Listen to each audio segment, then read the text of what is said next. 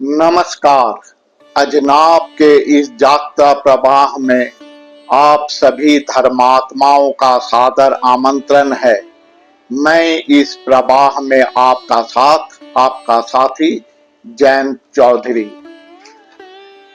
मनुष्य संहिता के प्रथम अध्याय में सृष्टि और उत्पत्ति, प्राणियों के विकास और विवर्तन का वर्णन हमें मिलता है। विशिष्ट महर्षियों ने भगवान मनु महाराज के सम्मुख उपस्थित होकर उनसे उपदेश प्राप्त करने की प्रार्थना की। उस असीम ज्ञान शक्ति संपन्न भगवान मनु इन महानुभवों के द्वारा पूछे जाने पर उन महर्षियों को सम्मान प्रदर्शन पूर्वक बोले, आप लोग सुनिए। ऐसा कहकर उन्होंने बोलना प्रारंभ किए।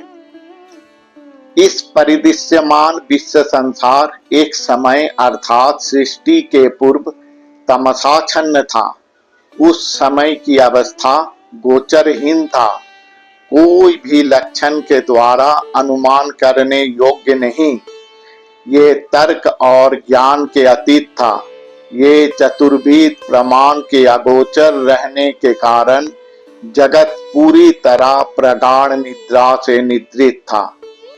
तद उपरांत अर्थात प्रलय अविनाश के पश्चात भगवान स्वयंभू विश्व संसार को प्रकाशित करके धीरे धीरे आविर्भूत हुए, जो सूक्ष्मतम अपकाश सनातन सभी भूतों के आत्मा स्वरूप अर्थात सभी भूतों में विराजमान और चिंताओं के बहिर्भूत उस अचिंत पुरुष स्वयं पहले शारीरिक रूप ग्रहण करके प्रादुर्भूत हुए। नर नामक परमात्मा से सबसे पहले प्रसूत हुए, इसलिए अपत्यपत्तये जल को नारा बोला जाता है।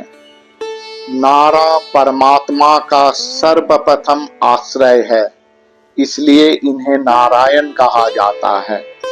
मनुष्य संहिता प्रथम अध्याय 10वां नंबर श्लोक। जो आदिकरण, अव्यक्त, नित्य, विद्यमान और अविद्यमान स्वरूप, जो कारण उनसे उत्पादित हिरण्यगर्भ रूप प्रथम पुरुष लोक में ब्रह्मा नाम से ख्याति प्राप्त किए अर्थात ब्रह्मा कहलाए। मनुष्य संहिता प्रथम अध्याय 11वां नंबर श्लोक। उस प्रथम पुरुष भगवान ब्रह्मा ने तत्पश्चात सृष्टि प्रारंभ किए। दुलोक, भूलोक, आकाश, 8 दिशा, अंतरिक्ष, मेघलोक, पाताल संलग्न समुद्र सृष्टि किए। ब्रह्मा परमात्मा से विद्यमान एवं अविद्यमान स्वरूप मन को सृष्टि किए और मन स्फुरन पूर्व अहं अभिमानी सर्वकर्म प्रवर्तक अहंकार तत्व प्रस्फुरित किए। तत्पश्चात धीरे धीरे इंद्रिय समूह को सृष्टि किए अर्थात पंच ज्ञानेन्द्रिय एवं पंच कर्मेंद्रिय। ब्रह्मा अनंत कार्यक्षम उस अहंकार एवं पंच तन्मात्र इस 6 सूक्ष्मतम अवयव को उनके विकार अर्थात इंद्रिय एवं पंच भूत के साथ संयोजित करके देव, मनुष्य, तिर्यक प्राणी, पक्षी, वृक्षादि, स्थावर पदार्थ आदि को निर्माण किए थे। उस ब्रह्मा ने यज्ञ समूह संपादन के लिए अग्नि, वायु, सूर्य इस 3 देवता से ऋक, यजु और साम 3 वेदों को दोहन किए थे। फिर सृष्टि की इच्छा से चंद्रायन, प्रजापत्य आदि तपस्या, वाक्य, रति अर्थात चित्त का परितोष, कामना, क्रोध आदि सृष्टि किए। पुनर्विहित और अभिहित कर्मों को विभाजित करने के लिए धर्म और अधर्म विभाजित किए, धर्म का फल सुख और अधर्म का फल दुख को संयोजित किए। प्रभु प्रजापति ब्रह्मा स्वयं के शरीर को विखंडित करके अर्धकाया पुरुष और अर्धकाया नारी सृष्टि किए। इस नारी का गर्भ से विराट को उत्पादित किए। उस विराट पुरुष तपस्या से जिसको सृष्टि किए, मैं स्वयं हो मनु हूँ, मुझे ही द्वितीय सृष्टिकर्ता के रूप में जान लो। मैं ही प्रजा सृष्टि की इच्छा से तप से 10 महर्षियों प्रजापतियों को सृष्टि किए। उन 10 प्रजापतियों महर्षियों के नाम है मरीचि, अत्रि, अंगिरा, पुलस्त, क्रतु, प्रचेता, वशिष्ठ, भृगु और नारद। इन महान तेज संपन्न महर्षियों ने असीमित तेज संपन्न 14 मनुओं को सृष्टि किए।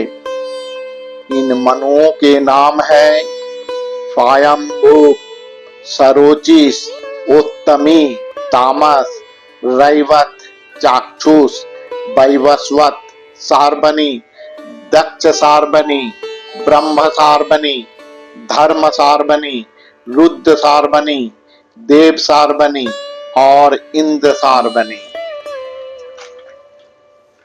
इन मरीच आदि 10 महर्षियों ने यक्ष, राक्षस, पिशाच, गंधर्व, अप्सरा, असुर, नाग, सर्प, पक्षी, पितृगण को सृष्टि किए। इनके अलावा किन्नर, वानर, मत्स्य, नाना प्रकार के पक्षी, तृणभोजी पशु, हिंस्र पशु, रेंगने वाले प्राणी, कीट, पतंग, मक्खी, वृक्ष, लता, पादप, गुल्म आदि को सृष्टि किए।